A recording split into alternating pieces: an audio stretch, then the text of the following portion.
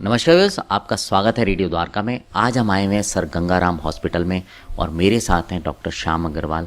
Doctor Shyam Agarwal senior consultant हैं medical oncology के और सर को पिछले 35 सालों का एक्सपीरियंस है इस क्षेत्र में। सर, हमारे सुनने वालों के लिए बताएं कि ब्लैडर कैंसर एक्चुअली होता क्या है।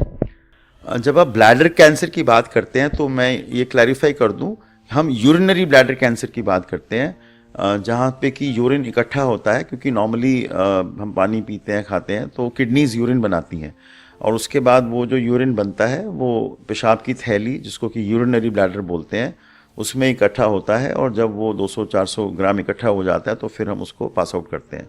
तो ये एक बैलून की तरह होता है जिसमें कि ब्लैडर में यूरिन जब इकट्ठा होता है तो वो फैल जाता है। तो उसकी एक लाइनिंग होती है, उसकी एक वॉल होती है, जैसे कि एक बैलून की वॉल होती है। तो उस वॉल से जो कैंसर्स एबनॉर्मल सेल्स से बनता है उसको हम ब्लैडर ट्यूमर या ब्लैडर कैंसर बोलते हैं। सर, जैसे आपने बोला कि ब्लैडर का एक आउटर वॉल होती है और एक इनर वॉल होती है, तो क्या जो कैंसर होता है वो किस जगह पे होता है? जी, तो आप जैसे समझें कि एक बैलून है, उसकी एक वॉल होती है, तो उसमें इनर लेयर होती है जिसको एपिथेलियम बोलते हैं। उसके बाद उसमें एक मसल होती है और उसके बाद जो फाइनल जो आउटर वॉल होती है उसको हम सिरोजल सरफेस बोलते हैं। तो जो जितने भी कैंसर्स होते हैं यूरिनरी ब्लैडर के, वो इनर वॉल से या एपिथेलियम से स्टार्ट होते हैं और वो जो बैलून है या जो ब्लैडर के ल्यूमन में धीरे धीरे करके ग्रो करते हैं।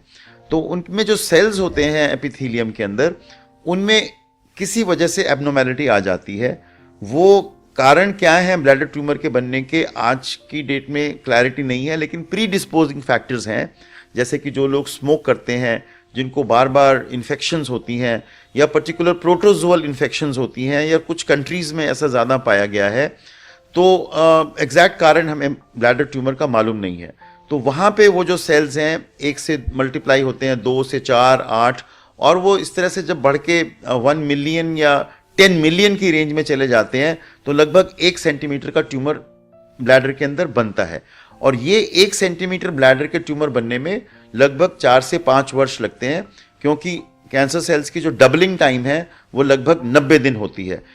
तो कहने का तात्पर्य ये है कि जब 1 सेंटीमीटर ट्यूमर किसी पेशेंट का दिखता है ब्लैडर के अंदर, तो वो उसके शरीर में 4-5 साल से बन रहा होता है, लेकिन वो कोई लक्षण ही नहीं देता है, तो इंसान को पता ही नहीं लगता है।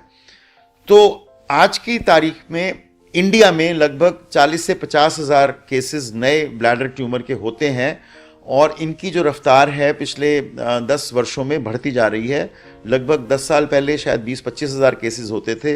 अगेन एग्जैक्ट रीज़न मालूम नहीं है, लेकिन शायद इंडस्ट्रियलाइजेशन, पॉल्यूशन, स्मोकिंग, ओबेसिटी, ये सब कंट्रीब्यूटिंग फैक्टर्स हैं जिनसे कि ब्लैडर कैंसर का इंसिडेंस इंडिया में बढ़ रहा है। सर, जैसे आपने बोला कि इसके कॉज तो नहीं पता, बट 4 से 5 साल लगते हैं 1 सेंटीमीटर ग्रो करने में।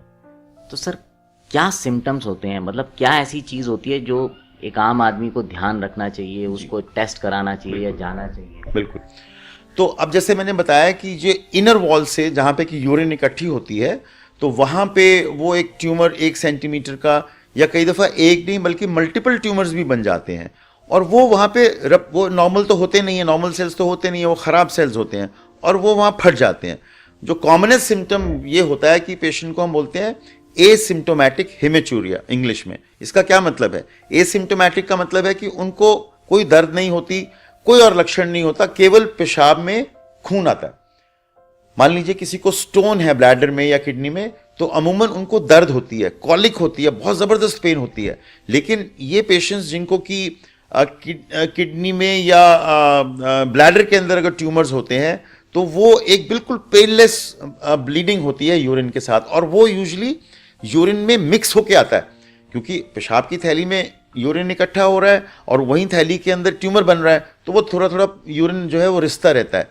तो अगर बिल्कुल रला मिला ब्लड आएगा यूरिन के साथ, तो वो एक बहुत इंपॉर्टेंट लक्षण है कि आपको तुरंत डॉक्टर के पास जाना चाहिए और अल्ट्रासाउंड करा के, सिस्टोस्कोपी जो कि दूरबीन से जांच होती है ब्लैडर की, और फिर वो अंदर देखते हैं कि उसके अंदर आपको वो ट्यूमर्स दिख रहे हैं, तो वहाँ से वो टुकड़ा लेके उसको जांच के लिए भेजते हैं, जिसको बायोप्सी बोलते हैं।